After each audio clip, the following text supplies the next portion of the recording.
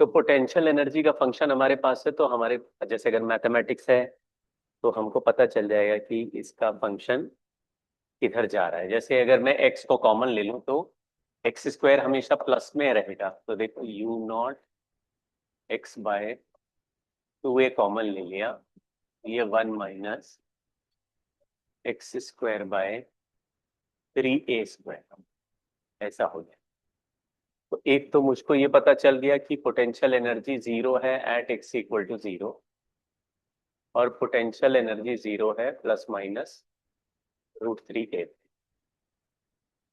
तो तीन जगह पोटेंशियल एनर्जी जीरो है। अब ग्राफ का थोड़ा और आइडिया लेते हैं, तो फोर्स का इसका डिफरेंशिएशन कर देते हैं। F is equal to minus d you by D x होता है, तो फोर्स जीरो निकालने के लिए minus d you by D x को जीरो चेक कर लेते हैं, तो minus u naught by two x का डिफरेंशिएशन वन हो गया माइनस वन बाई थ्री, और एक्स क्यूब का डिफरेंशिएशन हो जाएगा three x square by a cube. तो इसे थ्री कैंसिल कर दिया, ए भी बाहर बन जाएंगे, minus u naught by two A one minus x square by A square. तो इसमें एक्स इक्वल टू जीरो डालने से पोटेंशियल सॉरी फोर्स जीरो नहीं आ रहा, लेकिन एक्स इक्वल टू प्लस ए और माइनस ए पे देखो, एक्स की जगह प्लस माइनस ए रखेंगे तो ये वन माइनस समथिंग जीरो होने वाला है। इससे ये पता चल गया कि फोर्स प्लस माइनस ए पे जीरो है, तो प्लस ए पे जीरो है माइनस ए पे जीरो है, ये जीरो नहीं। अब इसका थोड़ा ग्राफ बनाए तो मैं जरा चेक करता हूँ। एक्स इक्वल टू जीरो पे पोटेंशियल एनर्जी जीरो है, लेकिन एक्स इक्वल टू जीरो डालने से मतलब डेरिवेटिव डिफरेंशिएशन जीरो नहीं आ रहा। In fact D you by D X का value plus U naught by two A आ रहा है at x equal to zero. तो ये पॉजिटिव स्लोप है। इसका मतलब है कि ग्राफ ऐसे positive slope x equal to zero पे ऐसे ऊपर जा रहा है, लेकिन x equal to plus a पे और x equal to minus a पे इसका मैक्सिमा और मिनिमा बन रहा है ऐसे ऐसे। तो x equal to minus a पे मिनिमा है, इधर प्लस। हमको कैसे पता इधर मैक्सिमा इधर मिनिमा है? देखो हम सेकेंड डेरिवेटिव लेके भी चेक कर सकते हैं, लेकिन मुझे ही पता चल गया कि x इक्वल टू जीरो पे स्लोप पॉजिटिव है। तो पॉजिटिव स्लोप का मतलब है graph x equal to zero के राइट में इंक्रीजिंग, मतलब ये ऐसे ग्राफ ऊपर जा रहा है, ग्राफ ऊपर जा रहा है तो इधर मैक्सिमा ही होगा, उसके पीछे मिनिमा होगा, क्योंकि दो ही क्रिटिकल पॉइंट आ रहे हैं x equal to plus minus. तो इससे ये तो पता चल गया कि पोटेंशियल एनर्जी का ग्राफ ऐसा है। तो जहां पे मैक्सिमा या मिनिमा होता है वहां पे स्टेबल और अनस्टेबल इक्विलिब्रियम बनते हैं, यहाँ पे अनस्टेबल हो गया अनस्टेबल। लेकिन x इक्वल टू जीरो से a की तरफ बढ़ेंगे तो पोटेंशियल एनर्जी बढ़ेगी, इसका मतलब है सिस्टम ओरिजिन की तरफ जाएगा। लेकिन x इक्वल टू जीरो से माइनस ए की तरफ जाएंगे तो पोटेंशियल एनर्जी डिक्रीज हो रही है। अब सिस्टम हमेशा हायर से लोअर जाता है, मतलब x इक्वल टू जीरो पे छोड़ दूं तो पार्टिकल अपने आप x equal to minus a की तरफ जाएगा। तो प्लस ए से छोड़े तो भी माइनस ए की तरफ जाएगा, जीरो से छोड़े तो भी माइनस ए की तरफ जाएगा। तो लिखा है force experiences an attractive force towards x equal to zero. ये x equal to minus a की तरफ एक्सपीरियंस कर रहा है फोर्स।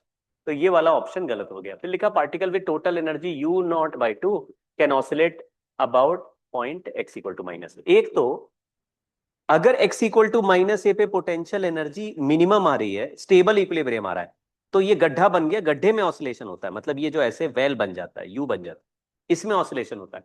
तो ये ऑप्शन सही हो सकता है।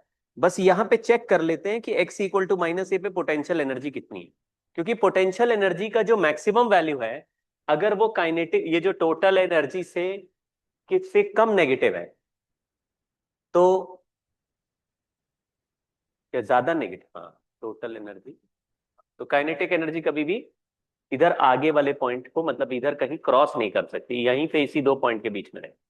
मतलब अगर यहाँ पे काइनेटिक एनर्जी जीरो रखे तो यहाँ एक्स इक्वल टू जीरो पे जो पोटेंशियल एनर्जी है वो जीरो है, और यहाँ पे काइनेटिक एनर्जी मैक्सिमम है, तो मैक्सिमम काइनेटिक एनर्जी नेगेटिव नहीं हो सकती।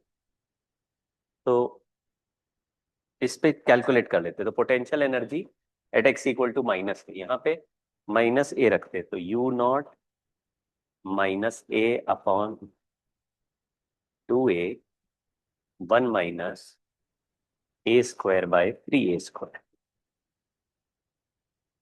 तो 1 माइनस 1/3 2/3 है, 2 से 2 कैंसिल हो गया, तो माइनस यू नॉट बाय, तो टोटल एनर्जी नेगेटिव होनी चाहिए अट्रैक्टिव बाउंड फील्ड के, बाउंड जगह के लिए। तो टोटल एनर्जी नेगेटिव क्यों होना चाहिए? क्योंकि इतनी ज्यादा काइनेटिक एनर्जी ना हो कि जीरो वाला पॉइंट क्रॉस करके कहीं और चला जाए। वैसे तो इसमें ये पोटेंशियल एनर्जी इधर भी बढ़ रही है, उधर भी यहां तक बढ़ रही है, तो ये गड्ढे की जो हाइट है वो u0/4 से ज्यादा है, माइनस u0/3 है। तो जितना टोटल एनर्जी है, यहां लिख देते, if total energy is less than magnitude of potential energy, तो total energy is equal to potential maximum minimum plus kinetic.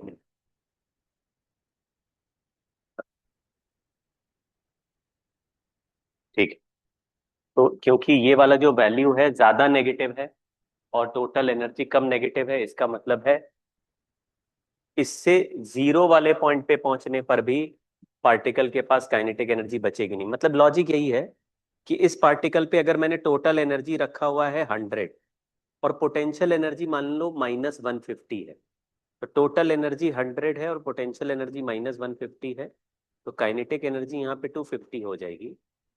नहीं, हाँ, और ये यहां से यहां तक पहुंचेगा तो पोटेंशियल एनर्जी जीरो हो जाएगी, तो काइनेटिक एनर्जी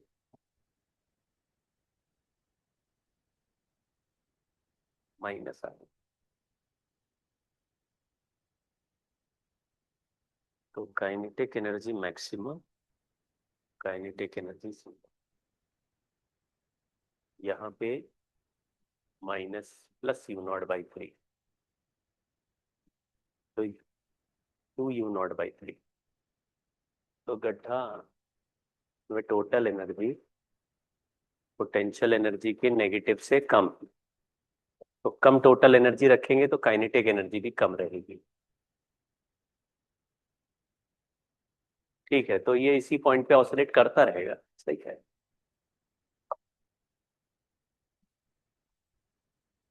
चल, कुछ क्वेश्चंस ऐसे होते हैं जिसमें एनर्जी कंजर्वेशन लग रहा है, लेकिन विथ सम कंडीशन। ऐसे कुछ क्वेश्चंस बहुत ही फेमस हैं जिसमें मान लो एक तो एनर्जी कंजर्वेशन की इक्वेशन बनेगी, लेकिन एनर्जी कंजर्वेशन में कोई कंडीशन लगा देंगे, जैसे बोलेंगे ऐसे पॉइंट पर वेलोसिटी बताओ जहां पे टेंशन 2 mg के इक्वल है, या ऐसे पॉइंट पर स्प्रिंग का एलोंगेशन बताओ जब नॉर्मल रिएक्शन फोर्स 3 mg हो जाए। मतलब फोर्स की कोई कंडीशन देके एनर्जी की इक्वेशन या डिस्प्लेसमेंट की इक्वेशन या वेलोसिटी की इक्वेशन है, तो कोई कंडीशन पे आपका फाइनल पॉइंट या इनिशियल पॉइंट डिपेंडेंट हो जाएगा। तो ऐसे कहानियों में थोड़ा अपनी नजर उस कंडीशन पे भी रखनी है। एक बार क्वेश्चन पढ़ते हैं। A small bar is resting on a smooth horizontal plane attached to a thread at point P। ये देखो, ये एक स्मॉल पार्टिकल है मास m का, ये ऐसे डायरेक्टली किसी और ब्लॉक B से कनेक्टेड है और यहाँ पीछे पीछे धागा से कनेक्टेड है। इस धागे को हम काट देंगे या जला देंगे, तो जलाने से ये पार्टिकल आगे बढ़ेगा, स्प्रिंग इलोंगेट होने लगेगा, ये पार्टिकल नीचे, ये पार्टिकल नीचे जाएगा, ये पार्टिकल आगे बढ़ेगा। तो जब ये आगे बढ़ेगा तो स्प्रिंग ऐसे इलोंगेटेड दिखेगा। फिर क्वेश्चन लिखा है the thread PA have been burn, the bar starts moving, find its velocity at the moment when it is breaking off the plane. Breaking off the मतलब it is just leaving the plane. ये जो A वाला object है जब आगे पहुंचेगा तो spring force उस पर टेढ़ा लग रहा है, तो स्प्रिंग फोर्स का एक कंपोनेंट वर्टिकल में लगेगा। मान लो ये एंगल थीटा ले ले और यहाँ पे स्प्रिंग फोर्स kx लगे, तो यहाँ kx cos थीटा हो गया और यहाँ नॉर्मल रिएक्शन जीरो हो जाएगा। तो कंडीशन किस पे दे दिया है कि वेलोसिटी तब की बताओ जब नॉर्मल रिएक्शन ऑन ए 0 हो जाए। तो इस तरह की कंडीशन कि एक फोर्स की कंडीशन देखे एनर्जी, तो फोर्स की कंडीशन से हम वो पोजीशन पता लगाएंगे जहां तक का क्वेश्चन पूछा है। तो इसमें ये नहीं पूछा कि जब ये 2 मीटर आगे बढ़ जाए या 1 सेंटीमीटर आगे बढ़ जाए या 10 सेंटीमीटर आगे बढ़ जाए तब वेलोसिटी बताओ।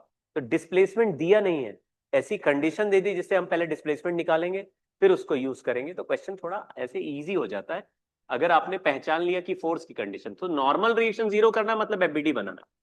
तो मैंने ये स्प्रिंग बना दिया, इसका फोर्स के एक्स लिख दिया, यहां पे के एक्स कॉस थीटा लिख दिया, इधर एम जी लिख दिया, नॉर्मल रिएक्शन को 0 लिख दिया। तो अभी तक ये के एक्स साइन थीटा पीछे लगता रहेगा, टेंशन आगे लगता रहेगा, लेकिन वर्टिकल फोर्स बैलेंस करते हुए k x cos theta is equal to m g, एक इक्वेशन ये हो गई। तो कंडीशन क्या है उस पर पहले फोकस करना है। बाद में मैंने देखा कि ऐसे दिख रहा है, ये धागे का लेंथ एल नॉट दिया है तो ये धागे मतलब स्प्रिंग का length will become l naught plus x. ये एंगल थीटा दिया है तो l naught plus x cos theta is equal to l naught.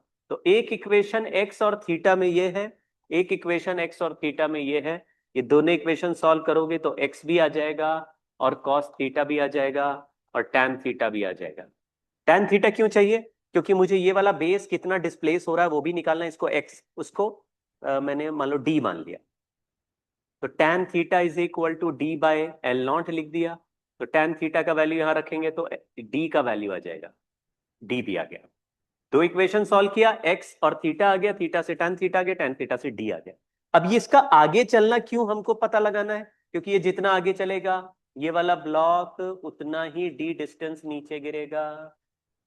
तो क्वेश्चन ये हो गया कि block A moves forward at a particular moment the spring force become so strong that it lifts the block. तो हमें उसी moment पर velocity निकालना है। In the same time when this block moves ahead with distance D, this block B falls down distance D, और block B का यहां पर वेलोसिटी v मान लेते हैं, ब्लॉक ए का वेलोसिटी भी यहां पे v मान लेते हैं।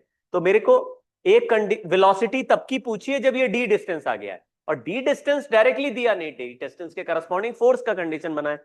तो आपको यही नजर रखना है कि फोर्स की कंडीशन किस ब्लॉक पे है और एनर्जी इक्वेशन किस पे लग रही है। तो एनर्जी इक्वेशन दोनों पे लग रही है। अब देखो एनर्जी फास्ट कैसे लिखते हैं। अब हम लिख रहे हैं conservation of energy loss equal to gain. अगर ये समझ गए तो आपकी स्पीड और तेज हो जाएगी। तो हमने बोला जब ये आगे चल रहा है तो इसका काइनेटिक एनर्जी इंक्रीज हो रहा है, ये नीचे चल रहा है तो इसका काइनेटिक एनर्जी इंक्रीज हो रहा है, स्प्रिंग भी स्ट्रेच हो रहा है, इसका पोटेंशियल एनर्जी इंक्रीज हो रहा है। But the block which is falling down, इसका ग्रेविटेशनल पोटेंशियल एनर्जी डिक्रीज हो रहा है। तो this block B is falling down by distance D, तो लॉस वाले साइड में लिख दिया। अभी लॉस में माइनस नहीं लिखना है, जिसका लॉस हो रहा है उसका वैल्यू लॉस साइड में लिख दो, और जो गेन हो रहा है उसके वैल्यूज गेन के साइड में लिख दो। तो लॉस इक्वल टू गेन, ना लॉस होगा ना गेन होगा, यानी जितना एनर्जी लॉस हुआ उतना energy gain. This is also conservation of energy.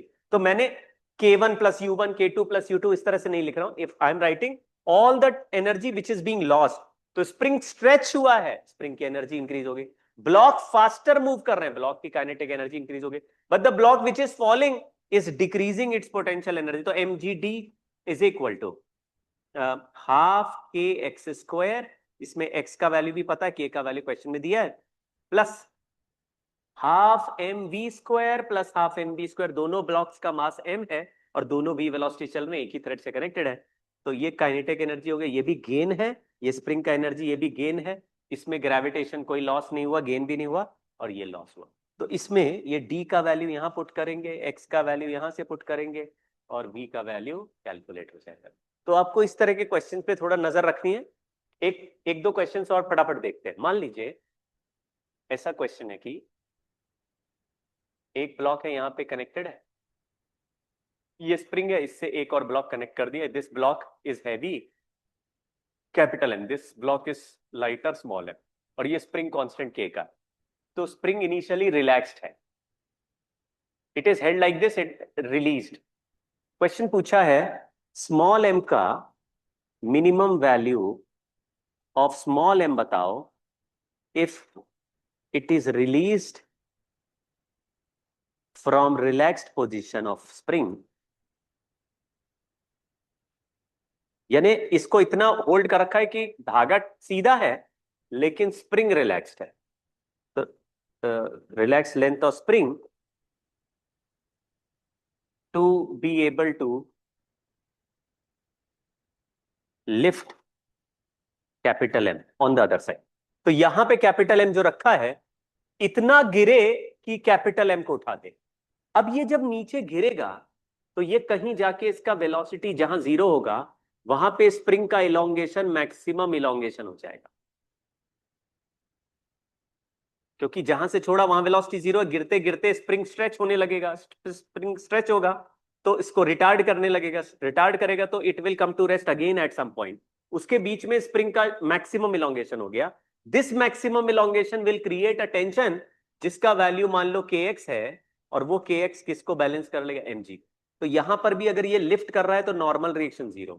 तो आप ऐसी कहानियों में देखिए, अगर there are two blocks, one block is falling and then stopping, other block is always at rest, तो हम इसमें फोर्स की इक्वेशन नॉर्मल जिस पे 0 हो रहा है उसके लिए बनाएंगे।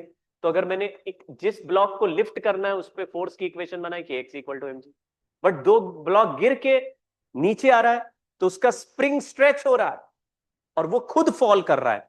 फॉल करने से लॉस इक्वल टू गेन लिख रहे हैं। फॉल हुआ यानी mgx पोटेंशियल एनर्जी लॉस हुआ, यहां स्मॉल m लिखा है, दिस स्मॉल m वाला ब्लॉक इज फॉलिंग। और स्प्रिंग कितना स्ट्रेच हुआ, हाफ के एक्स स्क्वायर, और इस ब्लॉक में कोई मूवमेंट नहीं, तो this block is neither gaining kinetic energy not losing, और पोटेंशियल एनर्जी में भी कोई चेंज नहीं आ रहा। तो mgx equal to half K X square, x काटा तो x का वैल्यू आ गया, या kx का वैल्यू आ गया 2mg, बट द kx का वैल्यू कैपिटल mg के इक्वल था, तो मैंने small m is equal to capital m/2 इस तरह का आंसर लिख दिया। तो इस तरह के क्वेश्चन करने के पहले हमको एक एनर्जी की इक्वेशन बनानी होती है। तो the block which is completely at rest has force का इक्वेशन, और दूसरा ब्लॉक हैज एनर्जी का इक्वेशन। तो इस तरह के क्वेश्चन में भी कंडीशनल है। एक सवाल और करते हैं, एक क्वेश्चन लास्ट क्लास में किया था क्या, आई डोंट रिमेम्बर, ये सर्कल वाला किया था क्या, नहीं किया था, उसको कर लेते। ये वाला, ये भी आई थिंक पुरानी, ये किया था क्या? नहीं सर। अच्छा ठीक है, एक बार पढ़ो। लिखा है particle of mass 5 kg is free to slide on a smooth ring of radius r 20 cm fixed in a vertical plane. The particle is attached to one end of spring whose other end is fixed at the top sir कर लिया point था, O. Sorry कर दिया था। हाँ ये कर लिया था ना। हाँ, तो इसमें भी यहाँ से यहाँ तक पहुंचते बोल रहा है normal reaction becomes 0, contact force becomes 0 eight lowest point. तो यहाँ फोर्स 0 की कंडीशन दे दी, तो यहाँ पे एफबीडी बनाओगे और यहाँ से यहाँ आने का एनर्जी इक्वेशन। तो यही दिमाग में रखना कि कहीं कोई कंडीशन फोर्स की तो नहीं बन रही है। चलो ठीक है, एक क्वेश्चन और देखो, ये बहुत ही जबरदस्त क्वेश्चन है, इसमें भी दो कंडीशन बनती हैं और वो दोनों बहुत ही अच्छी सवाल। लिखा है अ वेट लेस रॉड, ये जो मासलेस रॉड है ये वाला,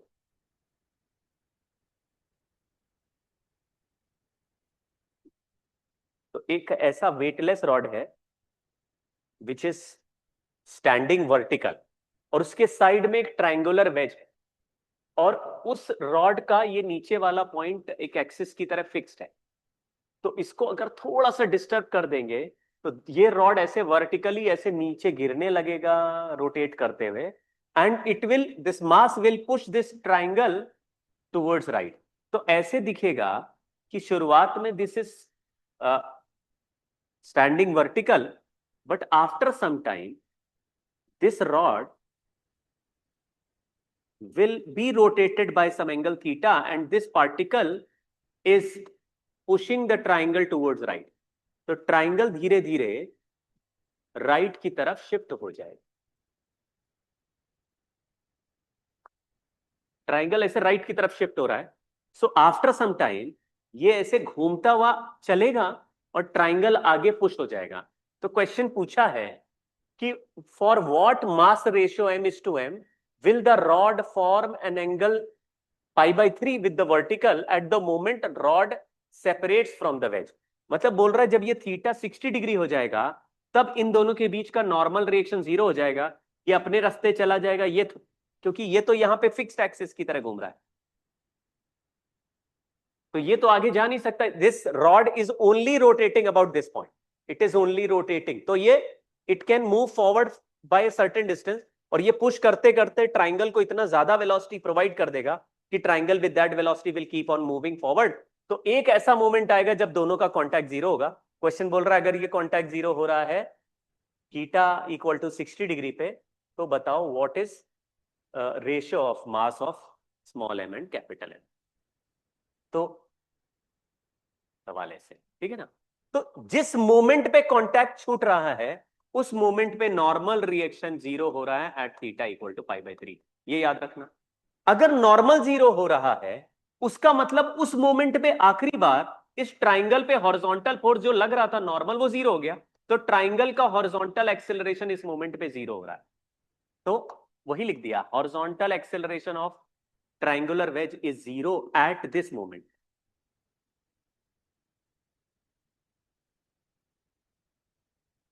अगर दोनों अभी तक कांटेक्ट में थे तो ये जब धक्का देके ला रहा है तो दोनों का हॉरिजॉन्टल एक्सेलरेशन इक्वल है, क्योंकि दोनों हॉरिजॉन्टली बराबर। देखो ये जितना आगे चलेगा ट्राइंगल भी उतना ही आगे चलेगा, नॉर्मल रिएक्शन भी उसको ऐसे ही पुश करेगा। तो दोनों के हॉरिजॉन्टल डिस्प्लेसमेंट सेम है, दोनों के हॉरिजॉन्टल वेलोसिटी सेम है, तो दोनों के हॉरिजॉन्टल एक्सेलरेशन इस मोमेंट तक सेम है। लेकिन मुझे पता चल गया कि ये नॉर्मल रिएक्शन अभी अभी जीरो हुआ है, that means horizontal acceleration of triangle has become zero at this moment, जिसका मतलब है पार्टिकल का भी हॉरिजॉन्टल एक्सेलरेशन उस मोमेंट पे जीरो हुआ है जब थीटा इक्वल टू। तो because both of them are moving equally horizontal, तो हॉरिजॉन्टल में दोनों का वेलोसिटी एक्सेलरेशन डिस्प्लेसमेंट सब इक्वल है, इसलिए कह सकते हैं कि दोनों का आगे वाले का एक्सेलरेशन उस मोमेंट पे जस्ट जीरो हुआ है और ये कांटेक्ट में तो इसका एक्सेलरेशन भी जस्ट जीरो होना चाहिए। तो हमने क्या किया कि इस पार्टिकल को या रॉड को मैंने इस मोमेंट पे ओमेगा से घूमते हुए मान लिया, तो पार्टिकल का ये जो वेलोसिटी है इस मोमेंट पे एल ओमेगा है। तो इस एल ओमेगा का एक हॉरिजॉन्टल कंपोनेंट बना लेंगे, ये 60 डिग्री है, तो ये 60 है, तो ये 60 है, तो यहां भी 60 डिग्री है। तो L omega cos 60 is particle का हॉरिजॉन्टल वेलोसिटी, एंड पार्टिकल का horizontal velocity same as triangle का। So horizontal velocity of particle is horizontal velocity of wedge. तो जिस पार्ट वेज को v वेलोसिटी से चलता हुआ देख रहे हैं, रॉड को ओमेगा से घूमता हुआ देख रहे हैं, तो वेलोसिटी और ओमेगा में रिलेशन है एल ओमेगा हॉरिजॉन्टल में बराबर है। और हॉरिजॉन्टल में ट्राइंगल का एक्सेलरेशन अभी अभी जीरो हुआ है, तो horizontal acceleration of the particle is also zero. तो horizontal acceleration of particle is also zero. दोनों का हॉरिजॉन्टल वेलोसिटी इक्वल कर दिया, दोनों का हॉरिजॉन्टल इक्वल एक्सेलरेशन इक्वल कर दिया। अब हॉरिजॉन्टल एक्सेलरेशन कैसे निकालते हैं, एफबीडी बनाते थोड़ा। तो यहां पे एक तो ओमेगा से घूम रहा पार्टिकल एल रेडियस के सर्कल में, तो उसके पास एक centripetal acceleration L omega square होगा, और mg का फोर्स लगाए तो mg cos 60 इधर है, तो mg sin 60 इधर है। तो mg sin 60 से एक टेंजेंशियल एक्सेलरेशन बनेगा। सो पार्टिकल को ध्यान से देखें तो पार्टिकल का एक सेंट्रीपिटल एक्सेलरेशन है जो 60 डिग्री पर है वर्टिकल से, और एक टेंजेंशियल एक्सेलरेशन है जो 60 डिग्री बना रहा है हॉरिजॉन्टल से। तो टेंजेंशियल एक्सेलरेशन का हॉरिजॉन्टल कंपोनेंट AT cos 60 हो गया, सेंट्रीपिटल एक्सेलरेशन का हॉरिजॉन्टल कंपोनेंट AC sin 60 हो गया। टोटल हॉरिजॉन्टल एक्सेलरेशन इक्वल करना है, मतलब क्या जीरो करना है, तो एक राइट वाला लेफ्ट वाले की इक्वल कर दिया, तो हमने बोला AT cos 60 is equal to AC sin 60। तो यही दिमाग थोड़ा सा लगाना है कि अगर पार्टिकल ऐसे घूमते हुए आगे जा रहा है तो जिस मोमेंट पे ये छोड़ेगा उस मोमेंट पे तो ट्राइंगल पे फोर्स लगना बंद हो जाएगा। तो जैसे ही बंद हो जाएगा triangle has zero acceleration, but इस पॉइंट से इस पॉइंट तक both of them are moving equally, equal horizontal displacement, equal horizontal velocity, that means up to this point acceleration is also equal for both. तो मैंने बोला इसका zero है तो इसका भी जीरो होगा, बट इसके पास तो दो दो है। सर्कल चलते हुए टेंजेंशियल एक्सेलरेशन होता है और एक सेंटर की तरफ, ये सेंटर ऑफ द सर्कल है, एक सेंट्रीपिटल एक टेंजेंशियल है। टेंजेंशियल फोर्स लग रहा है mg sin थीटा, तो मास इंटू टेंजेंशियल एक्सेलरेशन कर दिया, तो टेंजेंशियल एक्सेलरेशन आ गया g sin theta, g sin 60। तो यहां पे रख देते हैं वैल्यू, तो ये आ गया g sin 60 into cos 60 is AC sin 60। sin 60 से sin 60 हटा दिया तो सेंट्रीपिटल एक्सेलरेशन आ गया G cos 60। G cos 60। ठीक है। अब सेंट्रीपिटल एक्सेलरेशन का फॉर्मूला होता है L ओमेगा स्क्वायर, तो L ओमेगा स्क्वायर हो गया G cos 60। तो L ओमेगा स्क्वायर से ओमेगा हमारा सॉल्व हो गया, ओमेगा का वैल्यू आ गया, ये G/2 हो जाएगा, तो G/2L का रूट।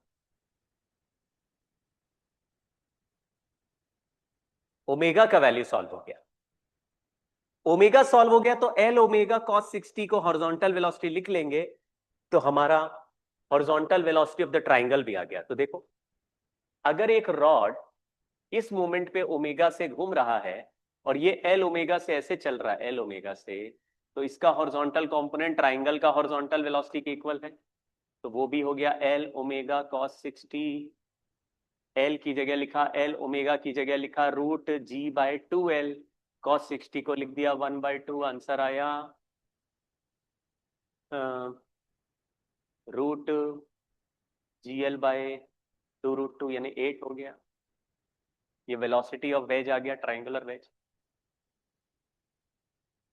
ठीक है, तो फिर अभी इस पार्टिकल का वेलोसिटी L ओमेगा है। अब कंजर्वेशन ऑफ एनर्जी लगा रहे हैं, तो पार्टिकल रॉड से कनेक्टेड ऐसे करके गिरा 60 डिग्री, तो 60 डिग्री गिरा, तो ये वाला डिस्प्लेसमेंट पार्टिकल का हुआ L minus L cos 60 which is L/2। तो ये जो नीचे आता है इसका पोटेंशियल एनर्जी लॉस होता है, तो mg L minus L cos 60, ये मैंने लिख दिया लॉस के साइड में, लॉस इक्वल टू गेन, क्योंकि इस क्वेश्चन में कोई स्प्रिंग तो है नहीं, तो जो भी गेन है केवल काइनेटिक एनर्जी में। ट्राइंगल इज नॉट फॉलिंग और गोइंग अप, तो वो तो साइड में जा रहा है, रॉड भी ऐसे घूम रहा है लेकिन पार्टिकल नीचे आ रहा है, तो पार्टिकल कितना mgh लॉस किया वो लिखा, और हाफ पार्टिकल का मास इंटू पार्टिकल का वेलोसिटी का स्क्वायर प्लस हाफ ट्राइंगल का मास इंटू ट्राइंगल के वेलोसिटी का स्क्वायर विच इज GL/8 का होल स्क्वायर। अब इसमें ओमेगा का वैल्यू ऑलरेडी हमने निकाल दिया, वो रख देते हैं, और स्मॉल mg ये सब रख देते, तो mgL/2 is half m, omega का वैल्यू G/2L था, तो G/2L में से L काट देते हैं, तो GL/2 बचेगा प्लस हाफ m GL/8 ऐसा बचा। तो mgL/4 हो गया, इसको इधर भेज देते, तो mgL/4 is equal to capital mgL/16। तो हमारा आंसर कैपिटल M/स्मॉल m इज इक्वल टू 4:1। 16 और 4 काटोगे तो 4 आ जाएगा, 4:1। तो क्वेश्चन में यही पूछा है कि कैपिटल M और स्मॉल m का रेशियो बताओ, और ये भी पूछा what is the speed of the ways at that moment. तो स्पीड निकालने के लिए, वो तो स्पीड तो ऑलरेडी हमारे पास आ गई है, G/2L G/2L, L लेंथ दिया हुआ है, तो L के टर्म्स में आंसर निकल आया। ठीक है, तो कंडीशन ये समझ में आई कि जिस मोमेंट पे दोनों का कांटेक्ट छूट रहा था, normal zero, triangle has only one force, normal, जिससे धक्का लग के ट्राइंगल आगे जा रहा था, तो ट्राइंगल का नॉर्मल जीरो होने का मतलब है ट्राइंगल का हॉरिजॉन्टल एक्सेलरेशन जीरो, और triangle has horizontal velocity because of the rod and horizontal acceleration is also because of the rod, वो जीरो हुआ। तो उस मोमेंट में जब छोड़ रहे हैं तो दोनों के बीच में नॉर्मल जीरो होगा, दोनों का हॉरिजॉन्टल एक्सेलरेशन एक साथ उस मोमेंट पे जीरो हो जाए। ठीक है, अब थोड़ा सा वर्टिकल सर्कुलर मोशन देखें।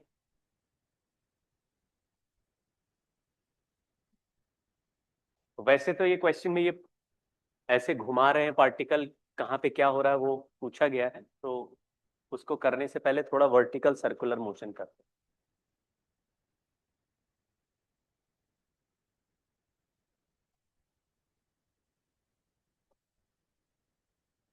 तो यहाँ करते हैं पहले वर्टिकल सर्कुलर मोशन में, अगर कोई पार्टिकल r रेडियस के सर्कल में चल रहा है, तो मैंने बोला नीचे वाले पॉइंट पे वेलोसिटी t1 है, ऊपर वाले पॉइंट पे पहुंचने पे t2 है, साइड वाले पॉइंट पे t3 है, वेलोसिटी v3 है, यहाँ पे कोई v2 है, यहाँ पे कोई v1। तो एक इक्वेशन हमेशा फोर्स इक्वेशन होती है, जिसमें या तो net force equal to mv square by net centripetal force equal to mv square by r, और या फिर centrifugal force is balanced by other forces. तो फोर्स इक्वेशन बनाते हैं। जैसे हम यहाँ पे अगर टेंशन लिखे T1 और नीचे लग रहा है mg, तो सेंटर की तरफ T1, बाहर की तरफ mg, बाहर लगा दिया mv स्क्वायर बाय r। तो इक्वेशन बन गया T1 is equal to mg plus mv1 square by r। But ऊपर वाले पॉइंट पे T2 नीचे और mg भी नीचे है, but mv2 square by r ऊपर। तो इक्वेशन बना T2 is equal to T2 plus mg। तो T2 is mv2 square by r minus mg।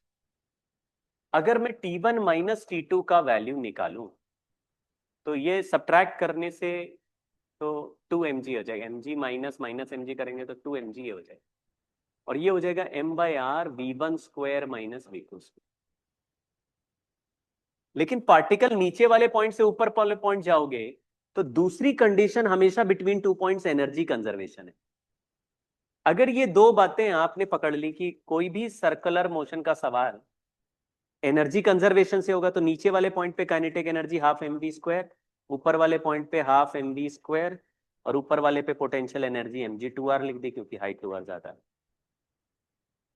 Kinetic energy plus potential energy one point, kinetic energy plus potential energy another point. तो इससे हम लोग mv1 square minus v2 square का value निकाले तो 4mgr आ जा रहा है। तो यहाँ पे m बाय आर का वैल्यू 4mg लिख देते, तो यहाँ लिखा, इसका वैल्यू यहाँ पे रख दिया 4mg प्लस 2mg, आंसर आया 6mg। तो मुझे एक रिजल्ट ये पता चल गया कि लोअर और हायर पॉइंट के बीच का अगर सर्कल हो रहा है कंप्लीट, तो टेंशन का डिफरेंस हमेशा 6mg, जिसमें T1 हाईएस्ट टेंशन है और T2 मिनिमम टेंशन। तो minimum tension greater than equal to 0 ही हो सकता है। तो अगर ऊपर जाते हुए टेंशन डिक्रीज हो रहा है, नीचे आते हुए इंक्रीज हो रहा है और सर्कल कंप्लीट हो रहा है, तो ऊपर T1 का वैल्यू कभी भी 0 से छोटा नहीं हो सकता। तो अगर T2 को 0 लगा दे तो मिनिमम टेंशन भी मिनिमम हो जाएगा। तो पूरे सर्कल में least amount of tension top most point पे T2 को 0 करके आ सकता है। तो T2 को अगर 0 करेंगे तो T1 का वैल्यू 6mg है, क्योंकि डिफरेंस इनके बीच में 6mg। तो अगर यहां 6mg लगाया और mg नीचे है तो यहां वेलोसिटी का वैल्यू निकल आएगा। तो 6mg minus mg is equal to mv1 square by r। इससे सॉल्व किया तो v1 का वैल्यू √5gr आ गया। ये रिजल्ट हमें याद रहता है। v3 का वैल्यू √3gr आ जाता है। v2 का यहाँ v3 साइड वाले पॉइंट पे, यहाँ पे √3gr। तो आप बोलेंगे ये जो नंबर्स दिख रहे हैं ये बड़े प्रिडिक्टेबल दिख रहे हैं। यहाँ पे 5 दिख रहा है तो यहाँ पे वेलोसिटी का वैल्यू मिनिमम निकाल रहे हैं √5gr, ये मिनिमम है। अगर सर्कल कंप्लीट करना है √5gr, यहाँ साइड में आके 3 हो गया, यहाँ पे 2 हो गया, सॉरी 1 हो गया। तो साइड वाले पॉइंट पर वेलोसिटी आ रहा है √3gr और टॉप पॉइंट पे मिनिमम वेलोसिटी √gr। अब इससे मिलता जुलता कोई भी सवाल होगा तो जो नंबर दिखा उसी के हिसाब से नंबर बदल देने से अपने आप आंसर आता है। टेंशन भी प्रेडिक्टेबल चल रहा है। 6mg यहां है, यहां टेंशन 3mg है और यहां पे 0 है, मतलब यहां से यहां तक टेंशन 3mg लॉस होता है, यहां से यहां तक भी 3mg लॉस होता है। तो अगर किसी ने बोला कि लोएस्ट पॉइंट पे टेंशन अगर T1 है तो यहां से थीटा एंगल वाले पॉइंट पे टेंशन क्या है, तो थीटा एंगल वाले तक का हाइट निकाल लेते हैं r cos थीटा, और यहाँ पे r है, तो यहां से यहां तक कितना हाइट है, तो हमने बोला r प्लस r cos थीटा। तो किसी भी r पे टेंशन का लॉस हो जाता है 3mg, यहां पे टेंशन मान लेते हैं T, तो यहां से यहां तक 3mg, तो 3mg loss is in height r। तो r हाइट जाओगे 3mg लॉस हो जाएगा, तो r के लिए लॉस है 3mg। तो r प्लस r cos थीटा के लिए कितना लॉस है, तो आप कह देंगे लॉस विल बी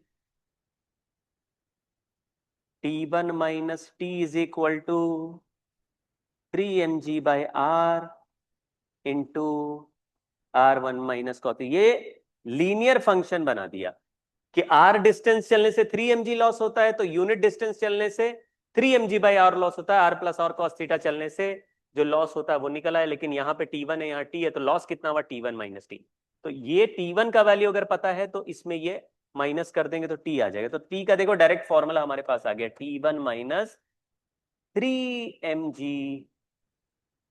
1 प्लस।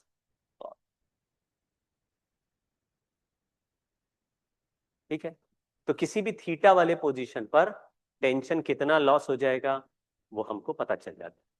अब अगर मैं इसी कहानी को थोड़ा सा और बेटर कर दूं और ये पूछूं, if velocity is less then √5 g r eight lowest point,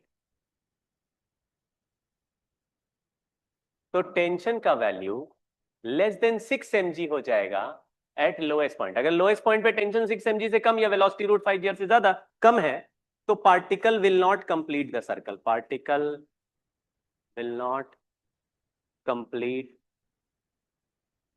the circle.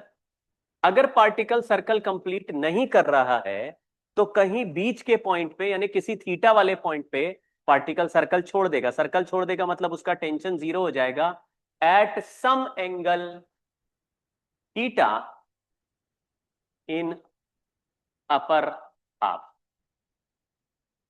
ये ऐसे कर देते हैं, वेलोसिटी √2 g r से ज्यादा है लेकिन √5 g r से कम, तो पार्टिकल अपर हाफ में जाएगा और सर्कल कहीं छोड़ देगा। तो अगर टेंशन 0 कहीं हो रहा है तो उसका टेंशन 0 कर दें तो ऐसे आ जाएगा। अभी जो पीछे फॉर्मूला लिखा उसी को देखो, यहां लिखा है टेंशन फाइनल वाला, किसी भी थीटा एंगल पे टेंशन। मैंने बोला यहां पे सर्कल छोड़ रहा है तो ये टेंशन को 0 कर दिया। अगर मैं इस टेंशन को 0 कर दूं तो T1/3mg-1 ऐसे हमारा रिजल्ट बन जाए। तो T इज इक्वल टू आ रहा था T1-3mg 1 प्लस कॉस थीटा।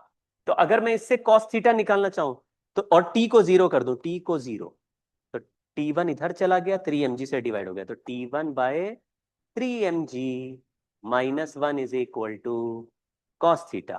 तो हमारा कॉस थीटा का आंसर आ गया T1-3mg/3mg।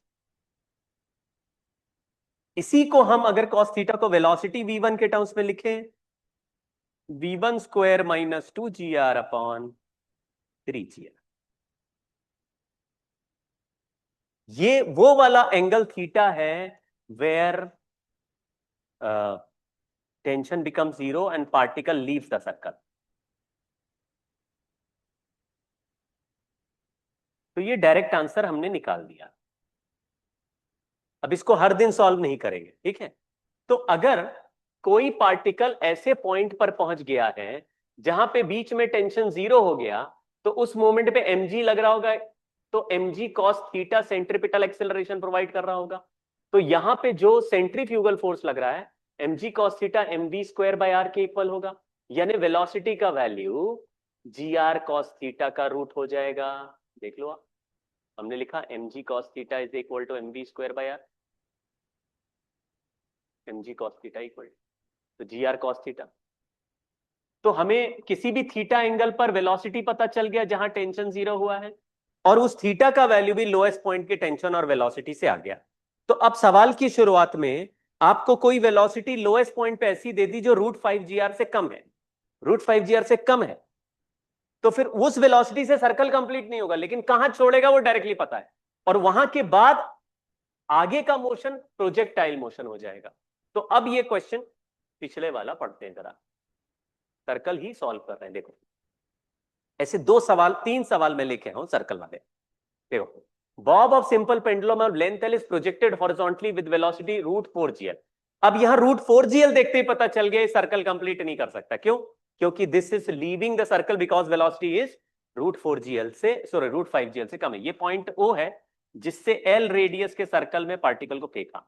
तो यहां से किसी थीटा एंगल तक तो एल रेडियस के सर्कल में चलता जाएगा, और इस पॉइंट पे इसका टेंशन 0 हो जाएगा। तो एट दिस पॉइंट ये एक पर्टिकुलर वेलोसिटी से प्रोजेक्टाइल मोशन बनाने लगेगा, तो इसके आगे का मोशन प्रोजेक्टाइल मोशन है। तो पार्टिकल थोड़ी देर तक सर्कल चला और सर्कल छोड़ने के बाद यहां से इस प्रोजेक्टाइल पाथ में चला जाएगा पार्टिकल। तो प्रोजेक्टाइल मोशन अलग से सॉल्व करना हमें आता है।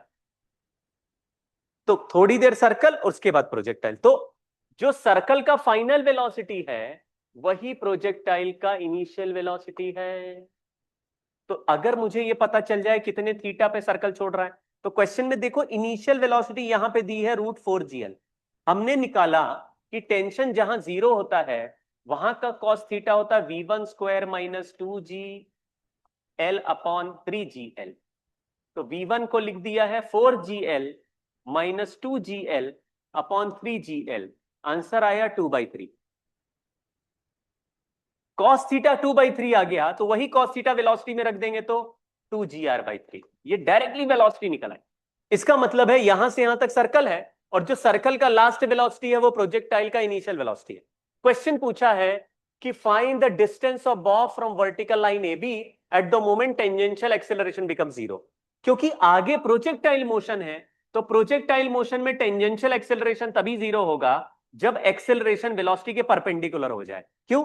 क्योंकि व्हेन एक्सेलरेशन, एक्सेलरेशन जी है, जी वर्टिकली होता है, when acceleration is perpendicular to velocity it is called centripetal acceleration. तो अगर एक्सेलरेशन जी वेलोसिटी के परपेंडिकुलर है तो केवल सेंट्रीपिटल है, टेंजेंशियल उस समय 0 हो जाएगा। तो प्रोजेक्टाइल मोशन को हम जानते हैं कि अगर एक पत्थर को प्रोजेक्टाइल मोशन में फेंको तो जब वो टॉप मोस्ट पॉइंट पे चलता है तब उसका वेलोसिटी ऐसे v cos थीटा हो जाता है। तो उस समय एक्सेलरेशन जी वेलोसिटी के परपेंडिकुलर होता है। तो उस समय एक्सेलरेशन जी सेंट्रीपिटल एक्सेलरेशन है और इस मोमेंट पे टेंजेंशियल एक्सेलरेशन 0। तो ये मोमेंट कब आता है? जब प्रोजेक्टाइल अपने मैक्सिमम हाइट पे होता है। और मैक्सिमम हाइट का डिस्टेंस कब आता है? जब प्रोजेक्टाइल अपने रेंज के आधे पे हो। तो रेंज डिवाइडेड बाय 2 डिस्टेंस यहां से आगे चलेगा। तो अब केवल ज्योमेट्री का सवाल है और बाकी सब चीजें सॉल्व हो चुकी। तो देखो अगर ये खेल आपको समझ में आ गया कि इसके बाद केवल ज्योमेट्री का क्वेश्चन चल रहा है यहां से।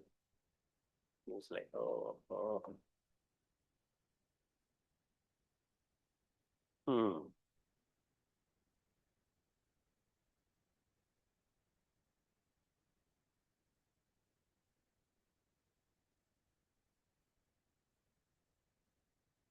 कट कर दिया, पेस्ट कर दिया, यहाँ डुप्लीकेट कर।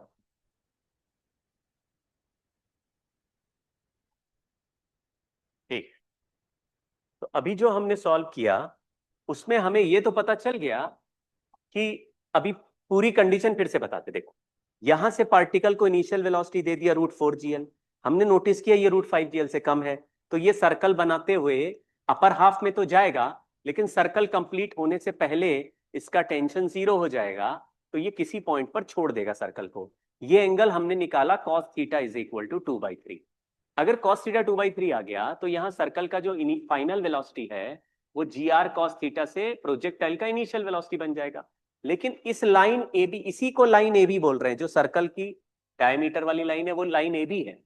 उससे ये पार्टिकल अभी कितना दूर है? तो अगर ये रेडियस एल का सर्कल है तो ये वाला डिस्टेंस एल साइन थीटा है, ये वाला। और फिर प्रोजेक्टाइल अपने प्रोजेक्टाइल पाथ पे चलेगा तो जो मैक्सिमम हाइट वाला पॉइंट है वहां पे वेलोसिटी एक्सेलरेशन के परपेंडिकुलर है। That means acceleration G will be noted as centripetal acceleration.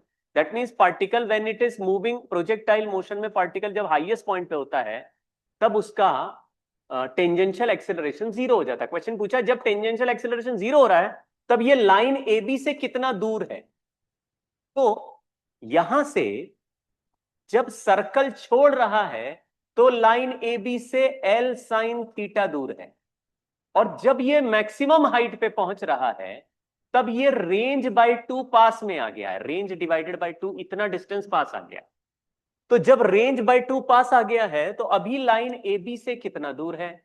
तो हमने बोला ये जो डिस्टेंस x है ये एल साइन थीटा। अब ये जो हमने सॉल्व कर रहे हैं ये केवल ज्योमेट्री पर बेस्ड कहानी हो गई। चलो अभी cos थीटा का वैल्यू हमारा आ चुका था 2/3। तो साइन थीटा का वैल्यू आ जाएगा √5/3। देखो 3² माइनस 4² कर देंगे तो √5। तो एल की जगह लिखा, एल साइन थीटा की जगह √5/3।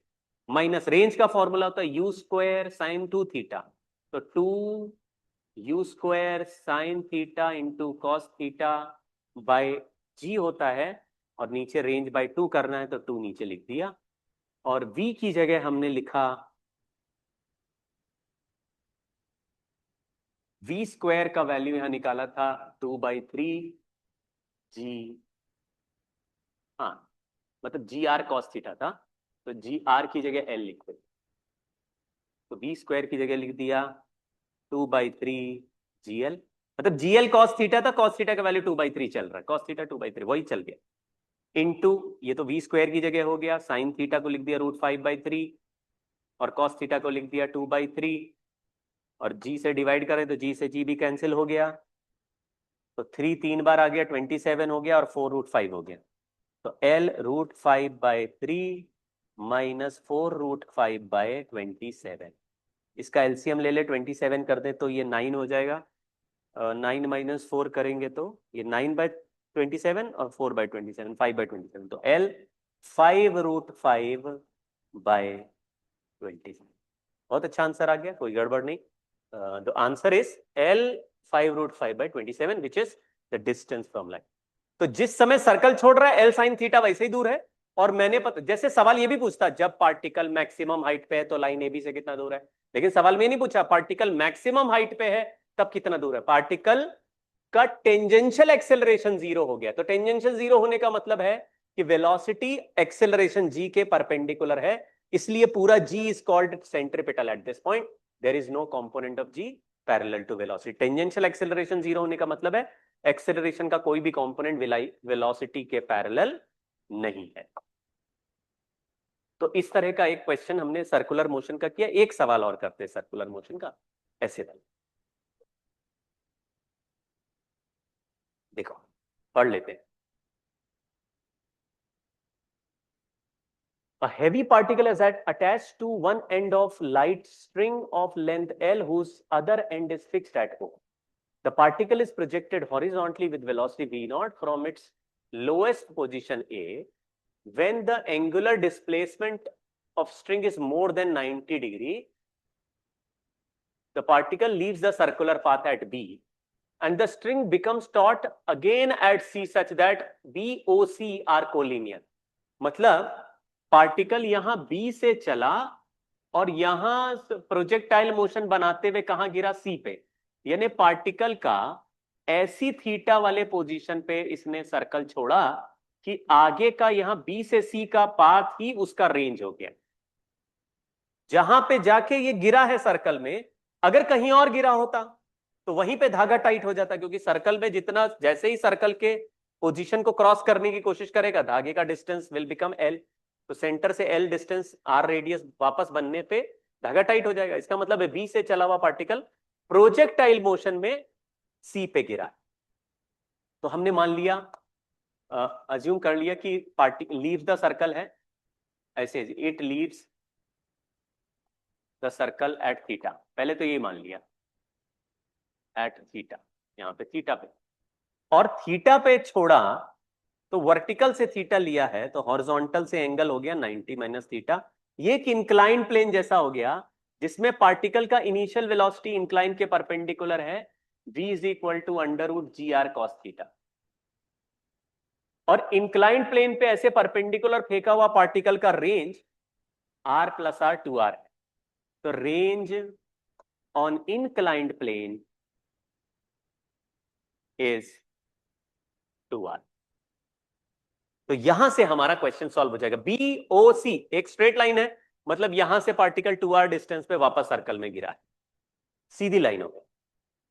तो हमको एक कंडीशन ऐसे वेलोसिटी वाली बनानी है, तो मैंने जब रेंज का कहानी सॉल्व, तो हम ऐसे अलग अलग ही सॉल्व कर लेते हैं, रेंज का फॉर्मूला अगर नहीं याद है तो भी अलग से, इसका इंक्लाइन प्लेन के अलोंग वेलोसिटी 0 है, और जी जो जी होता है वर्टिकल, तो जी का इस तरफ कंपोनेंट, ये थीटा एंगल है तो जी कॉस थीटा हो जाएगा, और इधर की तरफ इंक्लाइन के परपेंडिकुलर कंपोनेंट हो जाएगा जी साइन थीटा। तो टाइम ऑफ फ्लाइट में ये वाला वेलोसिटी होता है ना perpendicular upon perpendicular acceleration which is G sine theta, क्योंकि यहाँ थीटा का वैल्यू अभी मुझे मालूम नहीं, उसी के ऊपर कंडीशन लगा रहे। तो टाइम ऑफ फ्लाइट हो गया 2v/g साइन थीटा, जी साइन थीटा, थीटा 60 नहीं है सॉरी। देखो ऐसे, अगर एक पार्टिकल को ऐसे परपेंडिकुलर फेंक दूं और ये ऐसे जाके गिर रहा है, तो इसको नीचे खींच रहा है जी साइन थीटा। तो वेलोसिटी v से फेंकेंगे तो v/g साइन थीटा ऊपर जाने का और v/g साइन थीटा नीचे आने का, 2v/g साइन थीटा, जिसमें v का वैल्यू हमको पता है। ये टाइम ऑफ फ्लाइट हो गया। Initial velocity down the plane 0 है, तो हाफ जी टी स्क्वायर कर देते हैं। तो range 2r is equal to half G cos theta T square. अब इसमें ये वैल्यू रख देते हैं। तो 2r is equal to half G cos theta, T square की जगह लिखा 4v स्क्वायर, v स्क्वायर की जगह लिखा G R cos theta upon G square sine square theta. तो g से g एक कैंसिल हो गया, एक दूसरा g कैंसिल हो गया, r से r कैंसिल हो गया। तो कॉस स्क्वायर थीटा ऊपर है, नीचे साइन स्क्वायर थीटा है। 2 से 4 कैंसिल हो गया, 2 बच गया। तो 2 से 2 भी कैंसिल हो गया। तो ऐसा लग रहा है tan square theta is equal to 1 आ गया। तो थीटा इक्वल्स टू 45 डिग्री। तो कहां पे सर्कल छोड़ रहा है? 45 डिग्री पे सर्कल छोड़ रहा है। क्वेश्चन बोल रहा है फाइंड वी नॉट वेलोसिटी। अब नीचे वाले पॉइंट पर अगर वेलोसिटी वी नॉट है और थीटा एंगल पे सर्कल छोड़ता है, तो थीटा छोड़ने वाले सर्कल का एंगल का फॉर्मूला होता है नीचे वाले V not square minus 2gr upon 3gr। अब इसमें कॉस थीटा की जगह 1/√2 रख के इधर घुसा देंगे तो आंसर आ जाएगा 3/√2gr प्लस 2gr का रूट इज वी नॉट। देख लो आप। तो उसके बाद वाला आंसर निकालना आसान है, जबकि मुझे ये पता है कि पार्टिकल सर्कल किस जगह पे छोड़ रहा है। तो पार्टिकल जहां सर्कल छोड़ता है वहां का कॉस थीटा का मैंने एक फॉर्मूला बना। तो ये एडवांस के सवालों में ये रिजल्ट याद रखना बहुत ही फायदेमंद होता है, क्योंकि ज्यादातर एडवांस के क्वेश्चन में पार्टिकल अगर बीच में सर्कल छोड़ेगा तो किसी कर्वेचर यानी प्रोजेक्टाइल मोशन में कन्वर्ट होगा। तो ये रिजल्ट हम लोग डायरेक्टली पकड़ के चलते। तो ये रिजल्ट लगाया तो इससे वो पॉइंट हमारा हमेशा क्लियर रहता कहां सर्कल छोड़ेगा। और ये भी रिजल्ट हम लोग दिमाग में रखेंगे कि velocity at that point is root G R cos theta. लेकिन ये आया एफबीडी से ही है, ये सब सॉल्व नॉर्मल तरीकों से ही हुआ, एनर्जी और एफबीडी। बट ये these two results we can remember to solve the question fast rate पे। तो ये हो गया, ठीक है ना। अभी इस तरह का एक क्वेश्चन और करते हैं। एक बार आ गया, देख इस क्वेश्चन को पढ़ो जरा। इस क्वेश्चन में लिखा है कि अब ये एसबीटी मतलब शशि भूषण तिवारी वाले बुक का 92 question. A tube of mass m hangs from a thread with two balls of mass small m slide inside it without friction. See figure. The balls are released simultaneously. ऊपर से balls को छोड़ दिया तो वो सरकते हुए दोनों बॉल्स नीचे ऐसे गिरेंगे, और जैसे बॉल नीचे गिरने लगेंगे तो ये बॉल का वेलोसिटी बढ़ने लगेगा। जैसे ही बॉल का वेलोसिटी बढ़ने लगेगा तो इस पे सेंट्रीफ्यूगल फोर्स आने लगेगा। जैसे ही सेंट्रीफ्यूगल फोर्स बाहर की तरफ लगेगा वैसे ही ये बॉल्स का नॉर्मल रिएक्शन ट्यूब को बाहर की तरफ लगेगा, जिसका एक वर्टिकल कंपोनेंट होगा जो इस ट्यूब के वेट को उठाने लगेगा। तो बॉल सेंट्रीफ्यूगल फोर्स से बाहर की तरफ धक्का लगेगा, और सेंट्रीफ्यूगल फोर्स जरूरत से ज्यादा लगने लगे क्योंकि जैसे ही नीचे गिरेंगे उनके स्पीड बढ़ेगा सेंट्रीफ्यूगल फोर्स। क्योंकि ट्यूब के अंदर चल रहे हैं तो छोड़ के बाहर तो आ नहीं सकते, तो ये ट्यूब के वॉल्स को बाहर पुश करेंगे। बाहर पुश करने से इसका mg बैलेंस हो सकता है। तो हम लोग या तो दोनों का एफबीडी एक साथ बना लेते हैं या अलग अलग बना लेते हैं। तो लेट अस मेक एफबीडी अलग अलग फर्स्ट। तो देखो ये ट्यूब जो है चल नहीं रहा है, ट्यूब के अंदर बॉल यहां से एक किसी बॉल को सॉल्व करते हैं, यहां से यहां किसी थीटा एंगल पे गया तो यहां से जो एनर्जी कंजर्वेशन है उसमें ये particle r minus R cos theta गिरा है। यहां पे इनिशियल वेलोसिटी 0 है, तो इस पॉइंट पर वेलोसिटी का वैल्यू निकालें तो v is equal to √2gh लिख देंगे, 2gr 1 माइनस कॉस थीटा। ये किसी भी इस बॉल या इस बॉल का वेलोसिटी आ गया, कितने एंगल पे? थीटा एंगल पे। तो v √2gr 1 minus cos theta, ऐसा वेलोसिटी हो गया। अब इस पार्टिकल का एफबीडी बनाए तो पार्टिकल पे एक mg नीचे लग रहा है, तो mg cos थीटा सेंटर की तरफ लग रहा है क्योंकि वर्टिकल से थीटा है। तो ये बॉल पे नॉर्मल रिएक्शन अंदर लग रहा है, तो बॉल ट्यूब पे नॉर्मल रिएक्शन बाहर लगाएगा। तो हम या तो बाहर सेंट्रीफ्यूगल फोर्स लगा देते तो mv² r लिख देते। तो नॉर्मल रिएक्शन का value this minus this mv²r minus mg cos theta हो गया।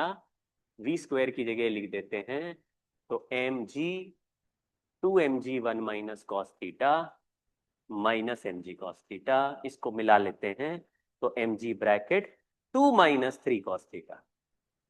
यानी cos थीटा ग्रेटर देन 2/3 पे ये normal reaction, cos theta less than 2/3 पे ये नॉर्मल रिएक्शन पॉजिटिव हो जाएगा। पॉजिटिव का मतलब है ये नॉर्मल रिएक्शन बॉल पे अंदर और ट्यूब पे बाहर लगेगा। तो थोड़े cos थीटा 2/3 तक ये पार्टिकल नीचे वाले सरफेस के कांटेक्ट में चलेगा और नॉर्मल रिएक्शन पार्टिकल पे बाहर और ट्यूब पे अंदर लगेगा। लेकिन जैसे ही पार्टिकल तेज होगा तो नीचे वाला सरफेस छोड़ के अपर सरफेस के कांटेक्ट में चलेगा। तो क्वेश्चन पूछा है so that the ring will start to rise if m is greater than equal to 3m/2। यहां बाई 2 कर देते। तो नॉर्मल रिएक्शन आ गया। अब इस नॉर्मल रिएक्शन का ट्यूब के साथ देखें तो एक नॉर्मल रिएक्शन इस ट्यूब पे इधर लग रहा है, एक इधर लग रहा है, तो उसका भी cos थीटा इसका भी cos थीटा। तो यहां लिख देते हैं 2n cos theta equal to capital mg। अब n का वैल्यू यहां रख देते हैं तो 2 स्मॉल mg cos थीटा और 2 minus 3 cos theta equal to capital mg। इसमें अंदर ले जाते हैं मल्टीप्लाई, जी से जी कैंसिल कर देते हैं तो small m is 4 cos theta minus 6 cos square theta is capital. ठीक है।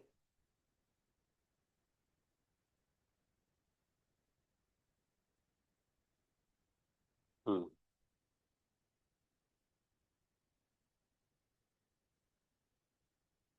ठीक है।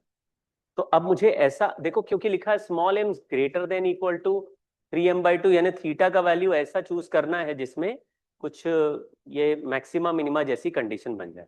तो ये वैल्यू हम लोग मिनिमम बना देंगे तो स्मॉल m का ग्रेटर वाला कंडीशन आ जाएगा, जी तो कैंसिल हो गया। तो small m greater then something बनाने के लिए हम लोगों को ये इस वैल्यू को मिनिमाइज करना है। तो इसको मैं अगर ऐसे मान लो, इस वैल्यू का x मान लो, तो x equal to 4 cos theta minus 6 cos square theta. तो मैं dx/d थीटा को जीरो करके इसका मिनिमम वैल्यू निकाल दूंगा, उससे मिनिमम मास का वैल्यू आ जाएगा, हाँ मैक्सिमम का वैल्यू आ जाएगा। तो 4 cos मतलब इसका ऑप्टिमम वैल्यू कर लेते हैं, तो 4 -4 sin theta minus 6 cos theta into 2 into minus sign theta. तो माइनस साइन थीटा से माइनस साइन थीटा हटा दिया, इक्वल टू 0 कर दिया इसको। तो 12 और 6, तो cos थीटा का value cos theta is equal to 1/3 आ गया है। तो यहाँ cos थीटा का वैल्यू 1/3 लिख देते, तो m इंटू 4/3 माइनस 6/9, इसको काटते हैं तो ये 2/3, तो ये आ गया m। 4/3 माइनस 2/3 करेंगे तो m into 2/3 is equal to capital M। तो स्मॉल m का वैल्यू 3m/2। तो स्मॉल m का मिनिमम वैल्यू आ गया, इसको मैक्सिमाइज कर दिया, इसको मैक्सिमम कर देंगे तो ये मिनिमम हो जाएगा। तो इस तरह से कुछ मैथमेटिकल कंडीशन हमने बना लिया, क्योंकि सवाल में इनइक्वालिटी बना हुआ था, small m is greater than equal to 3m/2। तो स्मॉल m के आगे जो मल्टीप्लीकेशन था उसको मैक्सिमम कर दिया, मैक्सिमम करने के लिए उसका डेरिवेटिव 0 कर दिया। तो स्मॉल m का मिनिमम वैल्यू आ गया 3m/2, तो small m can be greater than equal to 3m/2। ये एक इक्वेशन हो गया। अब क्वेश्चन पूछा है कैपिटल M इक्वल टू 0 हो तो थीटा बताओ। तो यहाँ पे तो कैपिटल M को 0 डाल देंगे तो कैपिटल एम को 0 डालने से कॉस थीटा में कंडीशन यहां से बन जाएगी। तो इसी सवाल को सॉल्व, मतलब capital M is equal to 0 डाले तो यही वाला 4 cos theta is equal to 6 cos square theta. तो कॉस थीटा से कॉस थीटा काटा तो कॉस थीटा का वैल्यू 2/3 आ गया। तो इसमें अभी कॉस थीटा का वैल्यू 1/3 आया था, तो पहले वाली कंडीशन बनी थी, और अगर ट्यूब मासलेस है तो 2/3 कॉस थीटा 2/3 पे हो जाएगा। तो ट्यूब अगर मासलेस है तो जैसे ही नॉर्मल रिएक्शन पीछे वाले वॉल पे टच करेगा वैसे ही ट्यूब उठेगा, वो तो हमें ऑलरेडी समझ में आ ही रहा। तो देखो, अगर ट्यूब के ऐसे टॉप मोस्ट पॉइंट से छोड़ूंगा तो पहले ये बॉल ट्यूब के इनर सरफेस पे फिसलता आएगा, और कॉस थीटा 2/3 पे ये चिपक के बाहर वाले बॉल पे चिपकने लगेगा, क्योंकि फिर सेंट्रीफ्यूगल फोर्स बढ़ जाएगा। तो पहले पहले सेंट्रीफ्यूगल फोर्स कम है, तो नीचे वाले मतलब इनर वॉल पे चिपक के चलेगा। और at cos theta 2/3, at cos theta 2/3 normal reaction inner wall से बदल के आउटर वॉल, मतलब नॉर्मल अंदर की तरफ लगेगा, पहले ऐसे बाहर की तरफ बॉल पे लगता था। तो इस तरह का सवाल हमने सॉल्व कर लिया। तो सर्कल में देखो, एक तो एनर्जी की इक्वेशन बना रहे हैं, ये एनर्जी इक्वेशन बना, और दूसरा फोर्स की इक्वेशन बना रहे हैं, फिर फोर्स से जो कंडीशन दी है उससे। तो इसलिए vertical circular motion work energy यानी कि कंजर्वेशन ऑफ एनर्जी वाले चैप्टर में, क्योंकि मोस्ट ऑफ द क्वेश्चन में ऊपर से नीचे, नीचे से ऊपर जाते हुए एक एनर्जी की इक्वेशन है और एक फोर्स की इक्वेशन बनेगी based on the condition on force, what ever force का कंडीशन गिवन। तो ज्यादातर सवाल में सर्कल छोड़ रहा है तो टेंशन 0, वॉल सरफेस छोड़ रहा है नॉर्मल 0। इस तरह की कंडीशन एक फोर्स की आएगी, उस पॉइंट निकाल के फिर उसको एनर्जी में पुट करोगे। तो मतलब लॉजिक अगर तुमने बनाओ कि आज के जितने भी सवाल किए उसमें ज्यादातर क्वेश्चन में क्या हो रहा है कि पार्टिकल नीचे से ऊपर, ऊपर से नीचे, यानी एनर्जी कंजर्वेशन की एक इक्वेशन है, और उसमें कोई एक कंडीशन है जिसमें पॉइंट नहीं दिया, ये नहीं दिया कि पार्टिकल जब 2 मीटर ऊपर चला जाए तब वेलोसिटी बताओ, पार्टिकल जब इतना चला, ऐसे नहीं बोला, बोला जब कोई फोर्स का वैल्यू एक पर्टिकुलर पर पहुंच जाएगा या ये कंडीशन हो जाएगी, उस मोमेंट का वेलोसिटी बताओ, या उस मोमेंट से उस मोमेंट तक पहुंचने के लिए लोएस्ट पॉइंट पर वेलोसिटी बताओ। तो इस तरह के सवाल करने के लिए जो कंडीशन है वहां पे एफबीटी बनाओ, और जो इनिशियल से फाइनल के बीच में एनर्जी इक्वेशन। तो अगर लॉजिक तुमको क्लियर है तो सवाल ज्यादा करने से कुछ नहीं होता। मतलब लॉजिक ये पकड़ लेना, किसी सवाल में कहानी स्टार्ट कहां से हो रही है और कहानी खत्म कहां हो रही है, क्योंकि एनर्जी कंजर्वेशन में हमेशा दो स्टोरी होती है, मतलब एक स्टार्ट पॉइंट होता है, एक एंड पॉइंट होता है, बीच में डिस्प्लेसमेंट होता है। तो स्टार्ट पॉइंट तुम्हें दिया है, एंड पॉइंट पे कंडीशन दी है, या एंड पॉइंट की कंडीशन नहीं दी है, एंड पॉइंट पता है, स्टार्ट पॉइंट की कंडीशन दी है, तो कोई एक पॉइंट कंडीशनल होगा और उसके बीच में एनर्जी कंजर्वेशन होगा। तो ये बात क्लियर होनी चाहिए, ठीक है ना। चलो आज इतना ही करेंगे, नमस्कार। ओके।